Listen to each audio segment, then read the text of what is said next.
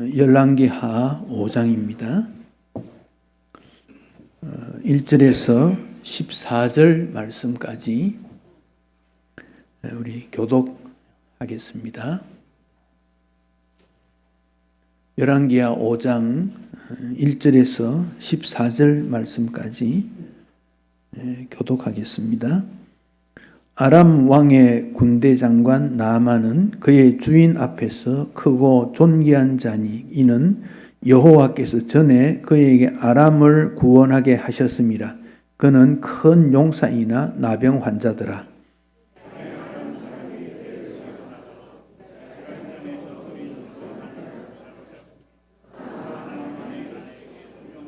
그의 여주인에게 이르되 우리 주인이 사마리아에 계신 선지자 앞에 계셨으면 좋겠나이다. 그는 그 나병을 고치리이다 하는지라.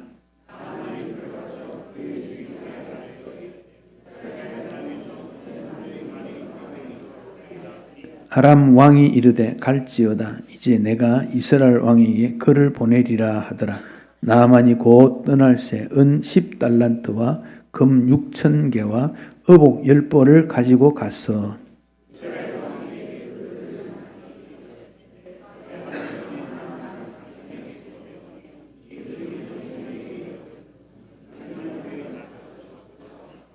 이스라엘 왕이 그 글을 읽고 자기 옷을 찢으며 이르되 내가 사람을 죽이고 살리는 하나님이냐? 그가 어찌하여 사람을 내게로 보내 그의 나병을 고치라 하느냐? 너희는 깊이 생각하고 저 왕이 틈을 타서 나와 더불어 시비하려 함인 줄 알라 하니라.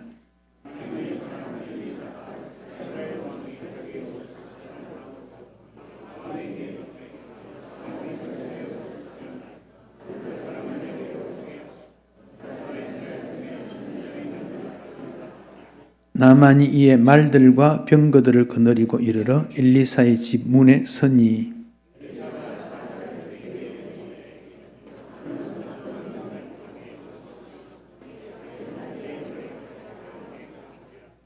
나만이 노하여 물러가며 이르되 내 생각에는 그가 내게로 나와 서서 그의 하나님 여호와의 이름을 부르고 그의 손을 그 부위 위에 흔들어 나병을 고칠까 하였노라.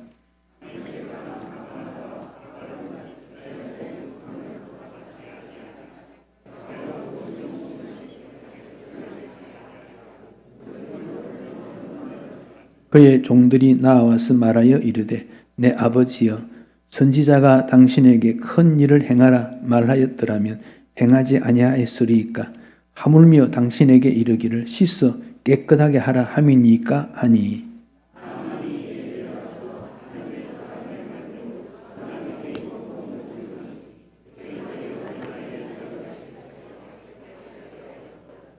아멘.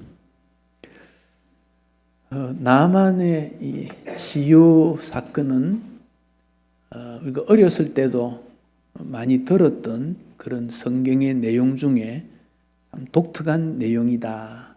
그런 생각을 할 수 있습니다. 이 열왕기하 5장은 앞에 4장과 조금 대조를 이루고 있는데 열왕기하 4장에는 엘리사가 이적 5번에 대한 것을 행했던 것, 이 엘리사 앞에 4장에 나오는 내용입니다. 그런데 이 4장 내용은 5번의 이적인데 유대인들을 대상으로 한 겁니다. 그런데 5장은 이방인에게도 하나님께서 이적을 베푸셨다. 이게 큰 차이점입니다. 그러니까 우리 하나님은 이스라엘의 하나님이시고 이방인의 하나님도 되신다 하는 사실입니다. 즉 하나님은 목사의 하나님도 되고 성도의 하나님도 되십니다. 모든 자의 하나님이시다. 구별이 없다는 거예요. 그렇다면 하나님이 베푸시는 은혜와 이적은 일부 사람에게 것이 아니라 모든 사람이 대상이다. 그 점을 알 수 있습니다. 그래서 이 열왕기하 5장에는 14절까지는 나만의 나병이 치유받는 것, 그리고 19절, 15절에서 19절은 나만의 신앙 고백, 그리고 20절 이하에는 그 사실을 아는 게하시, 엘리사의 사환 게하시가 탐심을 부리고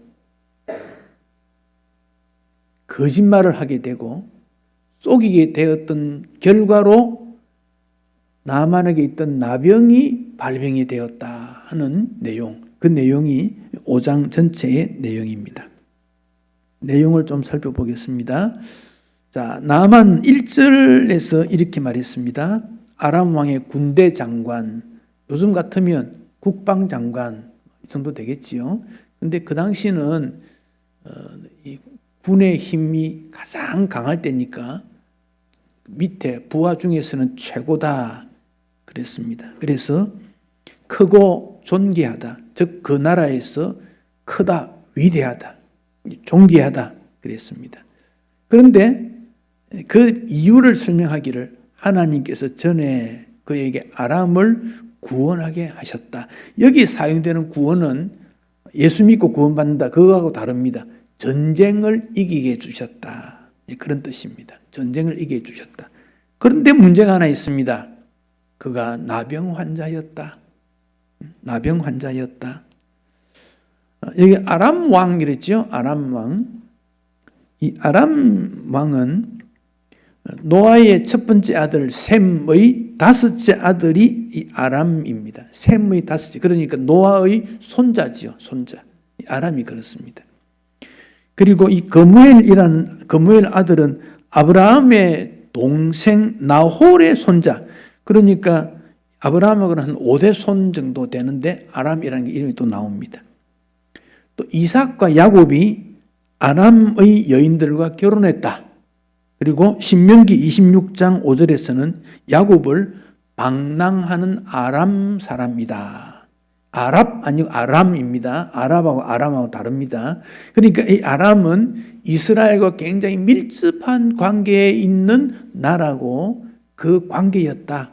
아주 친밀한 관계입니다. 그러니까 이 아람이 이스라엘과 아주 밀접하고 그래서 그 언어 문자 그게 이스라엘과 거의 같습니다. 그런데 이스라엘 남북으로 나눠져 있지요, 지금. 그런데 북이스라엘과 아람이 싸운 거예요. 북이스라엘과 아람이. 그렇게 지금 전쟁에 있었는데 그때 나만이 아람을 강대국으로 만들었다 하는 점을 보여줍니다. 여러분, 이 나만을 빨리 읽으면 어떻게 있지요? 나만을 빨리 한번 읽어보십시오. 나만인데 이 나만은 세 가지가 있습니다. 첫째는 명예가 있습니다. 크고 존귀하다 그랬어요. 크고 존귀하다. 두 번째는 돈이 많습니다. 거기 이스라엘 왕에게 아람 왕이 갈 때 얼마나 많이 가져갔느냐. 5절에 보면 은 10달란트, 금 6,000개, 의복 10벌인데 이걸 어떤 분이 오늘날로 환산해 보면 8,000억 정도 된대요. 그러니까 어마어마하지요. 8,000억이면 얼마나 되지요? 계산이 잘 안 됩니다. 하여튼 어마어마한데 마포구가 1년 예산이 8,000억 될란가 모르겠어요. 아마 그 정도 될 거예요, 제 생각에. 굉장한 그 정도의 그 예물을 가져간 사람이죠. 그게 이제 이 나만이 가지고 갔는지 아람 왕이 이렇게 줬는지는 모르지만 어쨌든 그만한 물량을 동원할 수 있었다는 거죠. 8,000억. 그 정도 동원할 수 있습니까? 그런 사람입니다. 거기다가 명예가 있습니다, 이 사람은. 누구에게 있습니까? 권력, 돈, 명예가 누구에게 있습니까? 나만에게 있다, 나만. 너만 아니고 나만. 너만이 아니고 나만 있다는 거예요, 나만. 나에게만 그런 정도의 뭔가를 갖추었다. 그 정도면 어떻게 했습니까? 세상을 호령할 만하겠지요. 그 정도 같으면 8,000억 같으면요. 하루에 얼마를 써야 이게 되겠습니까, 도대체? 이게 계산이 잘 안 됩니다. 그 나만이라는 이름의 뜻은 기쁘다, 즐겁다, 아름답다 그런 뜻이에요. 그러니까 모든 걸 다 갖춘 사람이에요. 모든 것을 다 갖추었는데 문제가 뭡니까? 나병이었다. 나병 환자였다. 나병은 외모가 흉하고 감각이 없어지는 질병이지요. 뜨거운 거, 찬 거, 감각이 없습니다. 바늘을 찔러도 아프지 않습니다. 여러분, 아픔을 느낀다는 것은 감사해야 됩니다. 아프다, 감사해야 됩니다. 아프다, 괴롭다 하지 마세요. 아픔은 내가 나병 환자가 아니구나, 그렇게 생각하면 돼요. 그리고 사회로부터 이렇게 고립되어져요. 떨어져요. 소외감. 그러니까 외롭고 절망감에 빠져 있는, 그게 나병 환자입니다. 참 안타까운 것은 우리나라에 나병 환자가 꽤 많습니다. 따뜻한 남쪽에 가면 나병 환자들이 바닷가 따뜻한 곳에 오래 집을 짓고 참 많이 있지요. 또 음성 나환자도 있지요. 참 이들에게 복음이 들어가는 것은 참 놀라운 일인데 하나님의 은혜라고 생각이 됩니다. 어떤 학자는 이 나만의 나병이 피부병의 일종이 아닌가, 그렇게도 해석을 하는 사람이 있습니다. 근데 피부병도 아주 심한 그런 경우는 사람을 격리시킵니다. 그래서 나병인지 피부병인지 구분이 잘 안 되면 제사장에게 가서 보여라 그랬습니다. 전문가에게 가서 보여라. 그렇게만큼 이게 참 낫지 않는 그런 경우입니다. 근데 그를 존귀하다 그랬습니다. 존귀하다.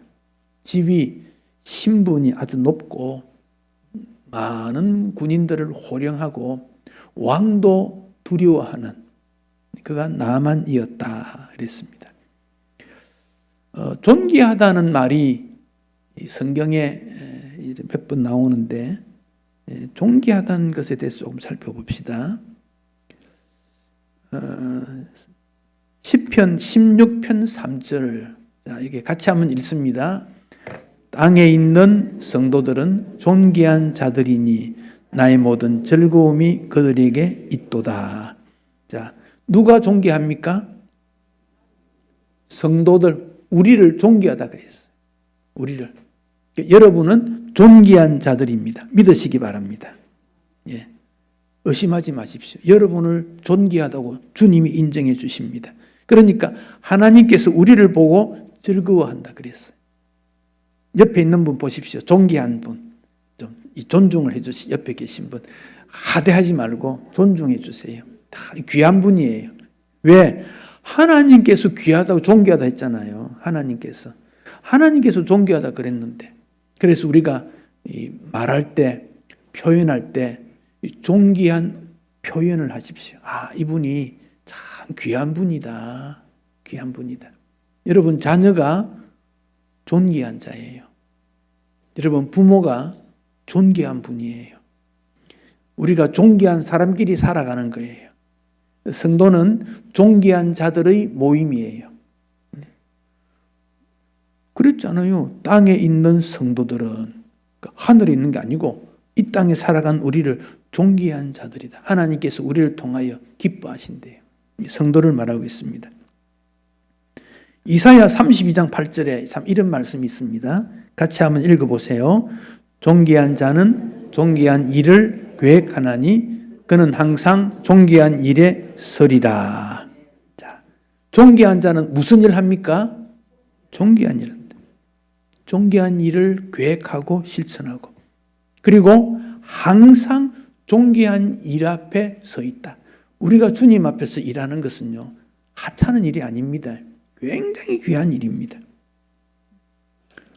사람은 자기에게 유익된다면 악한 일도 합니다. 천한 일도 합니다. 얼마나 세상이 악한지 몰라요. 그런데 우리는, 땅에 있는 성도는, 존귀한 자는 존귀한 일을 계획한다. 어떤 게 존귀한 일일까요? 예배 드리는 거 존귀한 일이에요. 성도를 살펴보는 거 존귀한 일이에요. 복음을 전하는 거 존귀한 일이에요. 하나님께서 기뻐하시는 일이니까.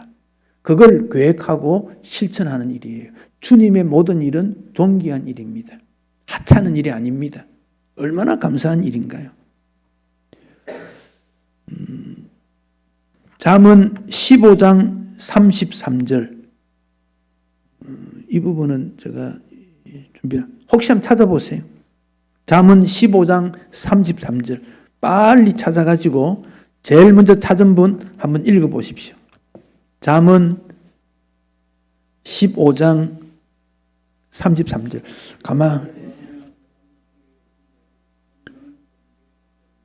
자, 다시 한번 크게 읽어주세요. 여호와를 존귀의 앞잡이는 뭡니까? 겸손이라. 여호와를 경외하는 것은 지혜의 훈계다. 지혜롭고 훈계가 되는데 존귀의 앞잡이는 뭐냐? 겸손이다. 여호와 경외와 겸손은 같은 격이에요. 그래서 존귀한 사람의 모습이에요. 이게 우리의 모습인 겁니다. 겸손한 사람, 어떻게 생각할 때 나는 존귀한 사람이 아니다라고 판단이 되면 더 겸손하십시오. 그러면 존귀해 줍니다. 존귀하게 여기줍니다.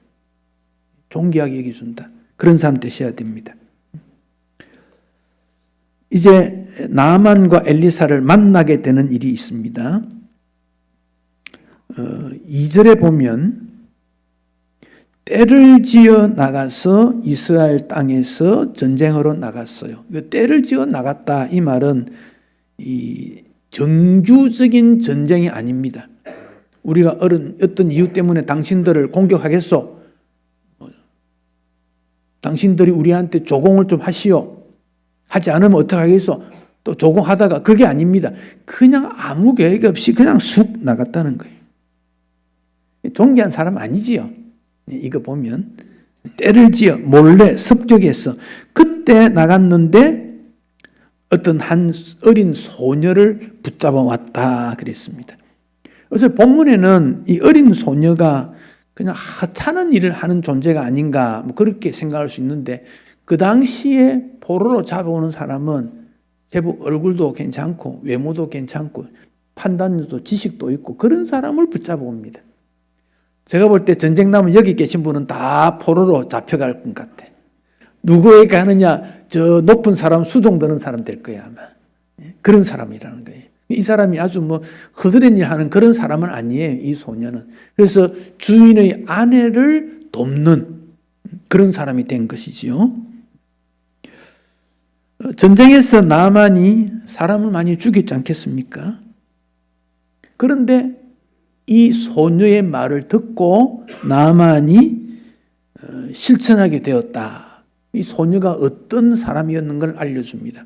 하찮은 일을 하지만은 그 사람이 행동이 모범되거나 존귀하지 않는다면 그 말 못해요. 그 말 못해요. 여러분 나이가 적다고 해서 함부로 대하면 안 되지요. 나이가 적어도 마음의 중심이 딱 바르고 분별력이 있고 그런 사람은 어른도 또 직급이 높은 사람도 경험이 있는 사람도 그 사람 존중이 여깁니다.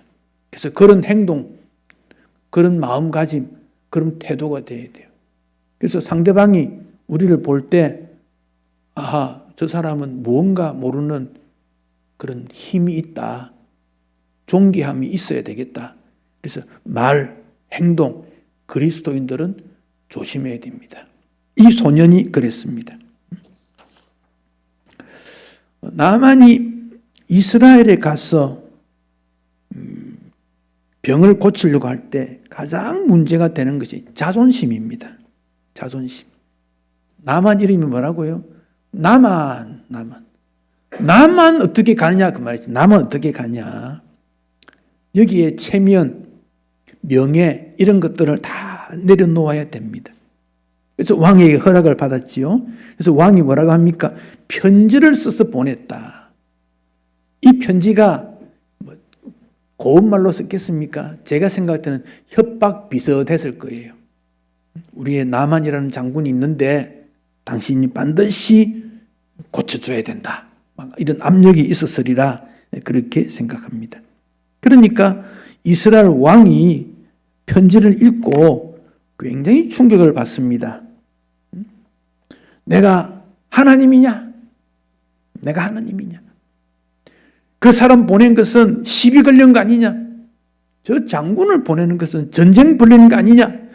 왕이 꼼짝 못합니다. 여러분, 본문에 나오는 어린 소녀도 나오고 나아만도 나오고 나아만 아내도 나오고 여기 이스라엘 왕도 나오고 여러 사람이 등장되는데 참 이스라엘 왕은 존귀한 직분인데 존귀함을 받지 못한 사람 아닌가 그렇게 생각합니다. 적어도 이런 편지를 받았으면 부하들을 모아놓고 이런 게 좀 인원을 한다든지 선지자를 초청해서 의논을 한다든지 뭐 그런 절차를 좀 밟아야지요. 또 혼자만 야단을 놨습니다. 내가 하나님이냐? 시비 걸지 마라. 전쟁하려는 거냐? 이때 왕이 여호람, 이스라엘의 여호람이 아닌가 뭐 그렇게 역시간적으로 맞추면 그렇게 됩니다. 왕궁이 이제 문제가 생겼지요. 그 소식을 엘리야가 듣게 됩니다. 그래서 편지를 읽고 엘리사가 말합니다. 그 사람을 내게로 오게 하소서. 왕이 옷을 찢었다 그러고 뭐 야단하니까 엘리야가 아니 왕이 왜 옷을 찢습니까? 아무 걱정하지 말고 내게 보내세요. 이 이스라엘 땅에는 선지자가 있는 줄 그가 알아야 됩니다. 즉 하나님 계신 거 알아야 되겠습니까? 자, 여러분 엘리사가 내게로 오게 하소서. 문제 해결자입니다. 우리에게 어떤 문제가 있으면 존귀한 그리스도인은요. 그래? 내가 해결하지. 이 정도 돼야 돼요. 내가 해결하지. 뭘 걱정하냐. 우리 같은 작든 크든 문제가 일어나면 하나님 앞에서 이거 내가 해야 될 문제구나. 내가 해결하지. 내게 보내세요. 내가 책임지겠소. 걱정하지 마세요. 신앙 공동체 안에 그런 분들이 있어야 문제가 해결됩니다. 문제가 나는데 어찌할꼬 큰일 났다. 분명히 어떤 문제가 또 일어났구나. 어떻게 되겠구나. 막 분열과 갈등 속에서 심지어는 그걸 이용해가지고 어떻게 막 사탄이 작용을 하고 문제를 부풀리고 그건 그리스도인의 모습 아닙니다. 내가 해결하겠어. 내가 해결하겠어. 여러분 따라합시다. 내가 해결하겠어. 잠이 오면 더 크게 하면 됩니다. 내가 해결하겠어. 예, 내가 해결하겠어. 이게 그리스도인의 모습 아닙니까? 혹은 어떤 문제가 생기면 이 문제는 그분한테 부탁하면 틀림없어. 그런 존재가 되어야 되는 거예요. 어떤 문제가 일어나면 이것은 그분에게 물어보자. 전화로 해서 물어보고 찾아가서 물어보고 그 판단이 옳다. 그런 정도에 돼야 되지 않겠어요? 근데 우리는 문제만 생기면 막 야단 납니다. 어쩔 줄을 몰라 합니다. 그러지 마시고 내가 해결하지. 이번 해결하려면 시간도 들고 물질도 들고 뭐 여러 가지 들겠지요. 그렇지만 이것은 나의 몫이구나. 이게 엘리사 선지자입니다. 그런 모습이 되어야 됩니다. 이제 왔지요. 나아만이 왔습니다. 갔더니 뭐라고 합니까? 이 나아만은 말, 병거들, 군인을 확 데리고 갔지요. 예물을 마차에 막 가득 싣고 화려하게 등장했지 않습니까? 엘리사가 어떻게 생겼는지 얼굴도 보고 싶고 집 앞에 영접하고 싶은데 엘리사가 뭐라고 합니까? 나오지도 않고 사자 심부름꾼을 보내면서 뭐라고 합니까? 요단강에 가서 몸을 7번 씻으라. 이런 말 던집니다. 참 어떻게 이 엘리사가 그런 말을 했을까 참 의문이 들어요. 왜 직접 엘리사가 나가지 않았을까 그런 생각도 하고, 나만은 그 말을 듣고 분노했다 그랬어요. 부들부들 떨면서 돌아가야 되겠다. 우리 아람 나라에는 다메섹에는 아바나 바르바르강, 요단강과 비교할 수 없는 자원이 풍부하고 물이 깨끗한 거 있는데 그 조그마한 요단강 그 가서 모욕을 해라니 있을 수 없는 일이다. 적어도 엘리사 선지자가 와서 나를 환영해주고 환대하고 환영해주고 여호와 이름을 부르고 환부 상처 위에 손을 얹어서 그렇게 고쳐줄 줄 상상을 했는데 요단강에 가서 몸이나 씻으라. 이 참 속상하는 일이더라. 우리가 생각과 다르더라는 겁니다. 어떤 문제의 해결점에 있어서 내 생각과 완전히 다른 방법으로 방향이 틀어져 나갔습니다. 자존심 상했습니다. 자, 여러분, 여기 나만이 엘리사가 와서 영역이 뛰어난 그가 와서 안수하고 여호와 이름을 부르면서 그렇게 되지 않느냐. 여기 우리에게 나타나는 문제점 하나가 그 안수 기도하는 게 우리 목회 현장에서 나타나고 있습니다.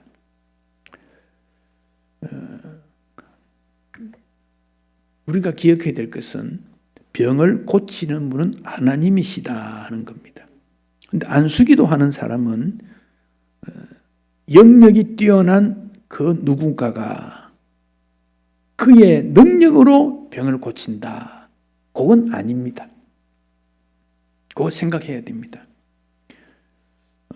안수라는 것은 하나님의 은혜의 전달 수단은 됩니다. 하나님의 은혜가 전달되는 수단으로 안수를 합니다. 보통 머리에 손을 얹는다든지 상처에 손을 얹은 정도인데, 이 터치라는 것은 상당한 감각이라는 것은 여러 가지 의미가 있기 때문에 우리 하나님은 터치 안 해도 능력이 나갈 수 있는 분이에요. 꼭 터치해야만 되는 건 아니거든요. 그래서 안수기도가 한때 우리나라 사회에 많은 문제를 일으킨 적이 있습니다. 이 부분에 우리가 조금 조심해야 될 필요가 있습니다. 병을 고치는 분은 하나님이시지 특정인이 아니다. 그런데 얼마나 사람이 긴급했으면 나는 기도가 안 되니까 좀 내 문제를 해결해 주었으면 그런 마음은 누구나도 있습니다. 기독교 방송에서도 그 중보기도 하는 게 막 공개적으로 하잖아요. 그래서 이런 문제가 있습니다. 기도 제목이 있습니다 하면 그 공개적으로 기도를 막 합니다. 방송이니까 이래 하겠지요. 중보기도도 그렇게 공개적으로 할 만한 건 아니라고 저는 생각해요. 그건 하나님 앞에서 은밀히 할 수 있는 그런 일들이다 하는 것입니다. 결국 나만은 좋은 부하들이 있었습니다. 그들이 좋은 제안을 해줍니다. 더 큰 일을 해도 할 텐데 왜 그렇습니까? 그렇게 하시지요. 여기에 나만이 가져야 될 것은 자기의 마음을 내려놓는 일, 지위를 내려놓는 일, 주장하는 마음을 내려놓는 일, 이 점이 나만에게 있어서야 됩니다. 그 엘리사는 뭐였습니까? 하나님의 중개자였다. 그는 하나님 이름으로 자기가 절대로 등장되지 않습니다. 그는 중개자로서 하나님의 말씀만 전달해주는 그런 사람이 엘리사였다 하는 점을 우리가 기억합니다. 몸을 7번 잠그라. 몇 가지 의미를 찾아보면 겸손입니다. 겸손은 순종에서부터 나옵니다. 겸손과 순종이 우리를 자유하게 만듭니다. 편안하게 만듭니다. 몸을 잠근다는 것은 말씀을 들었으면 실천하는 신앙입니다. 어린 계집종의 말에 나만이 따랐습니다. 그리고 한 번도 얼굴 본 적 없는 엘리사의 말에도 순종했습니다. 하나님의 말씀을 거부하면 이런 열매는 맺지 않았을 것입니다. 여러분, 복음이 무엇입니까? 복음은 예수님의 보혈에 내가 잠기는 겁니다.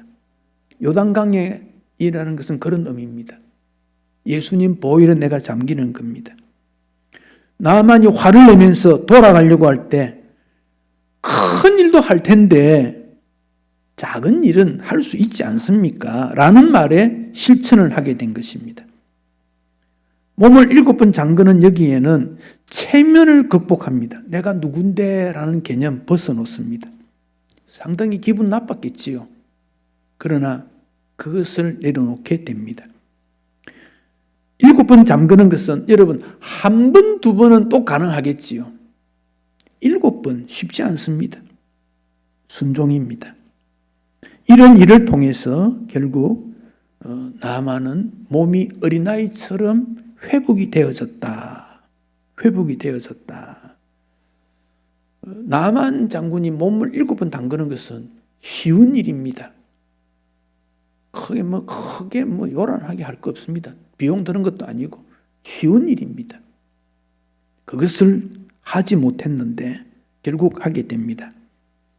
그래서 파스칼은 믿음은 뭐냐? 내 이성, 내 생각을 십자가에 못 박는 거다. 그리 말했습니다.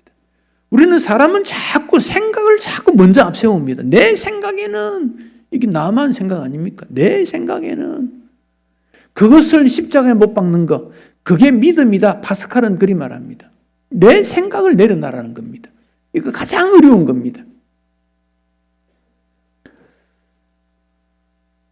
15절부터 19절까지는 우리가 읽지 않았습니다만은 예물을 엘리사에게 드리게 됩니다. 그런데 엘리사는 거절합니다.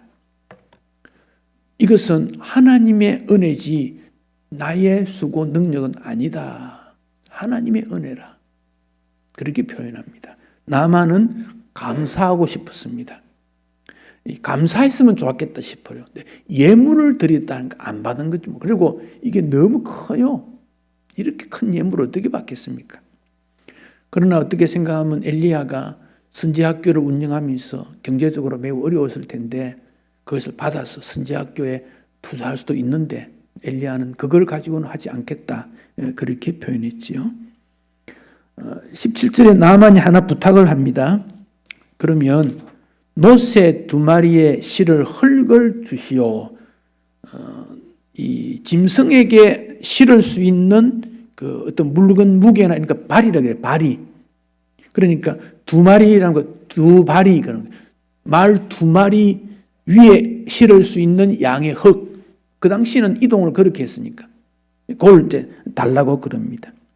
왜냐하면 이걸 자기 고향에 가지고 가서 하나님을 늘 의식하겠다. 하나님께만 경배하겠다 하는 내용입니다. 그리고 18절, 19절에는 또 독특한 내용이 나오는데 자기가 아람 나라에 돌아가면 그 아람 왕이 림몬의 신당에 들어가서 절을 하게 되는데 나는 아람 왕의 부하이기 때문에 나도 그렇게 할 수밖에 없는 것을 용서해 주십시오. 그런 말을 합니다. 그때 아람은 나만 이리 말합니다. 나는 하나님을 앞에 우상 앞에 절하는 게 아니고 아람 왕의 부하이기 때문에 부득이 행하는 행동입니다. 그렇게 말합니다. 이게 조금 우리가 오늘 받아들이기 어려운 내용인데, 자, 불신 직장이나 어디서 어떤 일을 행동할 때 믿음으로 나는 하지 않겠소. 그럴 수 있습니다. 그런데 이 계급 사회라든지 부득이하게 안 할 수 없는 일이 있을 때는 나만은 그런 태도를 취합니다. 이것은 우상 앞에 절하는 것이 아니라 내 섬기는 대표가 하는 그 사람 때문이니까 양해해 주시오라고 나만이 말합니다. 그러니까 나만이 이방 사람이거든요. 그런 내용이 18절에 나옵니다. 그 점을 우리가 참고로 들을 필요가 있겠습니다. 그때 그 모습을 보고 돌아갔지요. 그 모습을 누가 보았습니까? 게하시가 봅니다. 게하시는 치료비도 받지 않고 내가 얼마나 좀 이렇게 받아야 되겠다, 그런 생각을 하게 됩니다. 결국 게하시는 하나님의 이름을 이용해서 자기 유익을 취했던 사람이 게하시입니다. 그 과정을 보면, 자, 여러분, 자기를 속입니다. 자기를 속입니다. 나만을 속입니다. 그 23절에 보면 2달란트, 은 2달란트, 옷 2벌 이렇게 주는데 그 무거워서 못 가져가니까 나만이 종을 2사람을 같이 보냅니다. 근데 그들도 속입니다. 게하시가 그걸 가지고 와서 집에다가 숨겨두지요. 부모도 속입니다. 엘리사 속입니다. 게하시는 이 일에 전부 속이는 일만 계속합니다. 25절에 보면 엘리사가 말합니다. 네가 어디서 오느냐 질문을 던집니다. 그러니까 아무데도 안 갔어요. 거짓말하는 거지요. 이 게하시는 계속 속이는 일을 하고 있습니다. 26절에 보면요, 엘리사가 이런 말을 합니다. 한 사람이 수레에서 내려 너를 맞이할 때 네 마음이 함께 가지 않았느냐. 마음이 먼저 갔다. 마음에서부터 먼저 일어갔다. 그 다음에 26절 지금이 어찌, 그 교훈을 줍니다. 지금이 어찌 은을 받으며 옷을 받으며 감람원이나 포도원이나 양이나 소나 남종이나 이럴 때냐. 지금 그런 거 할 때냐. 이런 잘못된 행동을 할 수 있겠다 생각하지만은 반복하면 안 되지 않겠습니까? 그래서 게하시는 아무도 보지 않으니까, 모든 사람이 속으니까 그렇게 생각했습니다. 결국 게하시는 낱낱이 그의 허물이 드러나게 됩니다. 심지어 20절에는 게하시가 나아만에게 말을 하기를 여호와의 사심을 가리켜 맹세하노니 내가 그걸 받아낼 거야. 하나님 이름을까지 드러내면서 그는 그런 생각을 하게 됩니다. 여기 우리가 또 하나 생각해야 될 것은 나만도 앞부분에는 내 생각에는 이라는 말이 계속 나왔는데 게하시도 내 생각은 이라는 자꾸 반복되어 나옵니다. 그러니까 우리는 내 생각을 말하지 말고 하나님의 생각을 따른다. 요거 생각해야 돼요. 내 생각이 아니고 하나님의 뜻이면 이게 하나님의 뜻인가 자꾸 생각해야 됩니다. 내 생각은 하면 안 됩니다. 엘리야가 지금이 어느 때냐는 거예요. 지금이 아람과 북이스라엘 전쟁 중이었고 나아만이 이방인이 하나님 말씀을 받아들이고 하나님을 인정하느냐 안 하는 그런 때라는 겁니다. 결국 나아만의 나병이 게하시에게로 가게 됩니다. 27절에 보면 27절 여러분 성경을 같이 보십시다. 같이 읽습니다.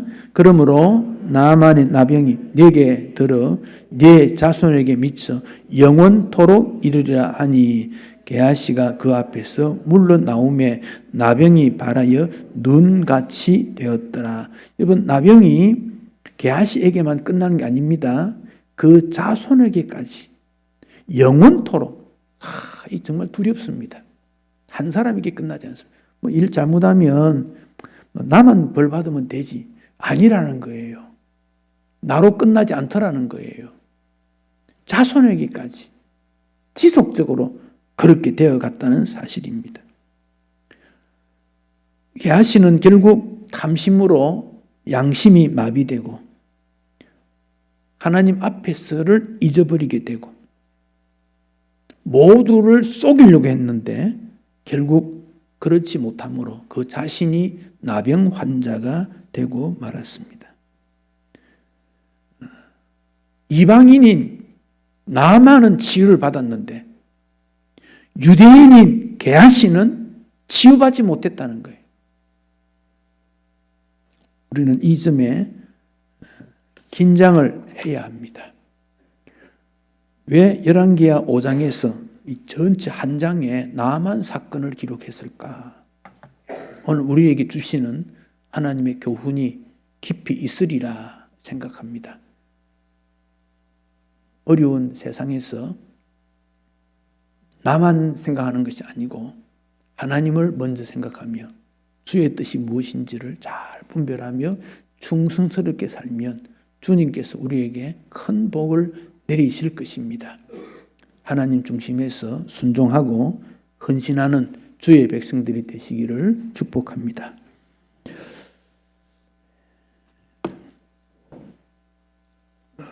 찬송 부르기 전에 2월 15일에 우리 박지연 양이 결혼식을 하는데 그 배우자가 그 울산이라 오늘 교회에 아마 좀 인사하고 15일 결혼식하고 울산에서 생활을 하게 될 것 같습니다. 그래서 우리 여러분 앞에 잠시 나와서 감사하다는 인사를 드리고 싶고, 지연이는 학사관에 들어와서 믿음 생활을 하고 우리 교회에서 학습받고 세례받고 믿음 생활을 잘하게 되어 우리 교회를 잊지 못하겠다, 그런 말을 하고, 또 울산에서 생활을 혹시 수도권으로 또 직장이 옮겨오면 또 우리 교회로 다시 오겠다, 그렇게 말하고 있습니다. 우리 두 사람 앞에 잠시 나와서 인사하면 좋겠어요. 예, 나오세요.